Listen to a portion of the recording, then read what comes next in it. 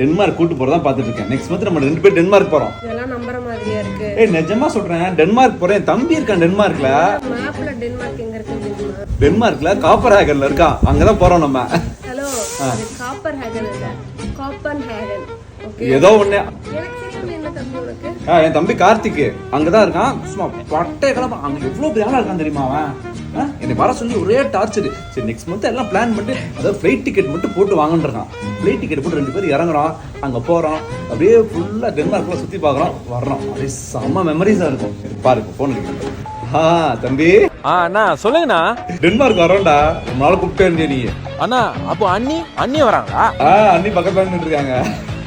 நீங்க வாங்கண்ணா நீங்க வாங்கண்ணா, நல்லா ஃபன் பண்ணலாம்ண்ணா. நீங்க வாங்கண்ணா. என்ன பண்றா? ஏர்போர்ட்ல வந்து பிக்கப் பண்ணிக்கிறா.